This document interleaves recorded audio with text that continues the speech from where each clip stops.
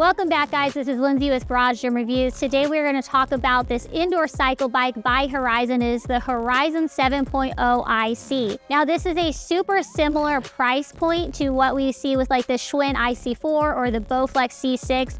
Both of which I actually do have full videos on if you want to check those out. Now, I want to draw a couple comparisons between the three. We're mainly going to focus on what the Horizon 7.0 IC has to offer, but then at the end, let you know kind of which one I would pick after testing all of these three at length. Now, this Horizon does not have any sort of programming, which is great for those of us who don't want to pay a monthly subscription cost. The one benefit is that it doesn't have any programming that you have to pay for. However, you do have the option to pay for a subscription and connect to the bike. So through things like Zwift or Peloton, those apps can connect and then you can use them in conjunction with this Horizon 7.0 IC. So basically, instead of paying for a full monthly subscription cost or a yearly subscription cost, all you need is an iPhone or an iPad, and then you can go ahead and download or subscribe to any apps if you want to do that, or just go ahead and use the bike or look up videos on YouTube, like give me a good indoor cycling workout or follow along with some other creator, because I am sure there are a million out there. Really, when I was testing out this bike, I mean, in the back of my mind, I just kept thinking, how does this compare to the Schwinn? How does this compare to the Bowflex?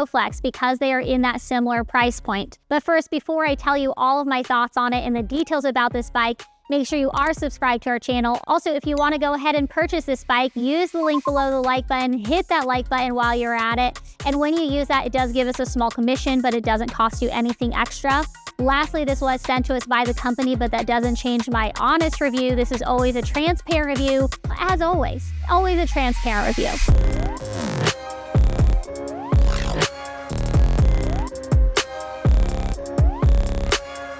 All right, so this bike costs $799, so a little bit under where we see the Bowflex or the Schwinn, but not by much. It does come with a 300-pound weight capacity, so that does meet industry standards, and it is a decent weight capacity for such a small footprint of a bike. I mean, honestly, this is a small footprint and probably the smallest indoor cycling bike that I have tested so far. It comes with 100 levels of electromagnetic resistance, and then it also comes with the EBC brake system.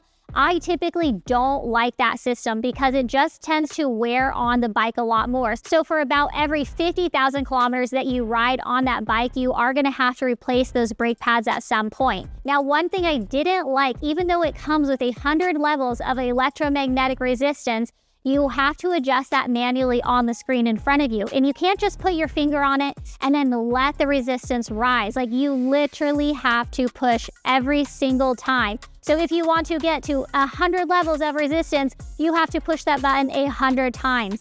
And it didn't take long. I mean, it probably took me less than a minute, but it did feel like I was just sitting there being like, there has got to be an easier way to do this. There has got to be a better system, because who has time for that, right? Like, get me to 100.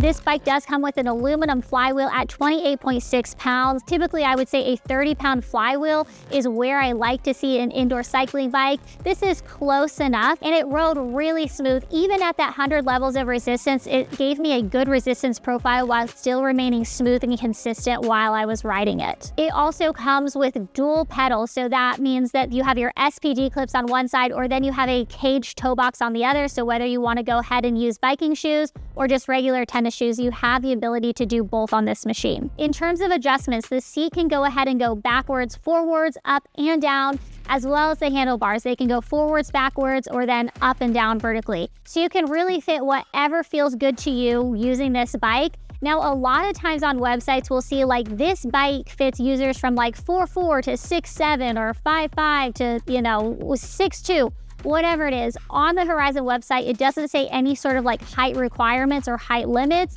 Because the seat does raise pretty far, I would say a taller person should feel pretty comfortable being able to use this. Based on other models that we see, I would say somewhere between like a 4'7" and then a 6'4" range. Most people should be able to use it. Now, the LCD screen is very small but very user-friendly. The screen size is only 2.95 inches by 1.85 inches.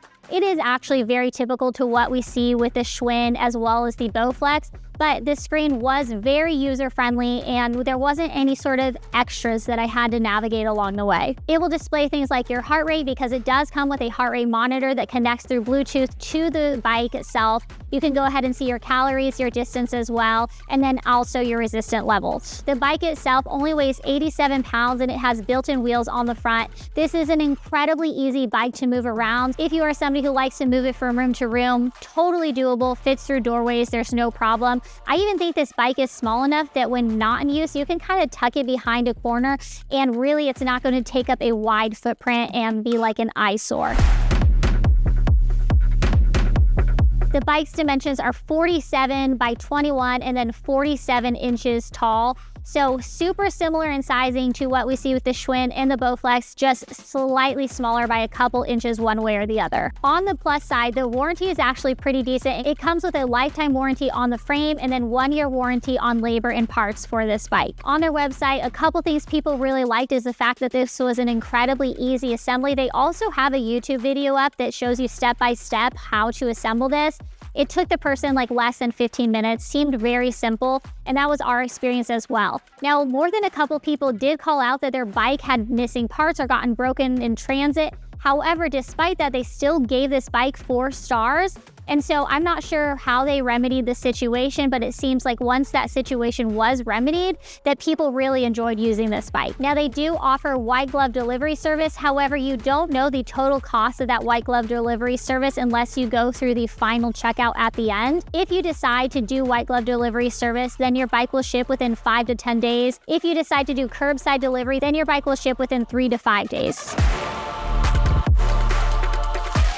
Okay, so here's kind of a very general quick comparison between these 3 bikes. So the Bowflex C6, the Schwinn IC4, and then this Horizon 7.0 IC. With the Schwinn IC4, it does have a slightly heavier flywheel at 30 pounds. It also comes with dumbbells and a dumbbell holder, which is something we don't see with the Horizon 7.0. So if you do decide to go ahead and follow along with Peloton classes, I know a lot of Peloton classes use dumbbells in their workouts. You're gonna have to go ahead and buy your own, and then also there isn't a great place to set these. With the Schwinn, it also does come with a higher weight capacity, and then also it's very similar to Horizon where it doesn't offer its own programming, but you can go ahead and use your bike in conjunction with other apps like Journey programming, like Zwift, and like Peloton. All of those points that I made about the Schwinn are just about spot on to the Bowflex as well. It comes with dumbbell holders as well as dumbbells. It comes with a 30-pound flywheel, and it also comes with a higher weight capacity than the Horizon 7.0.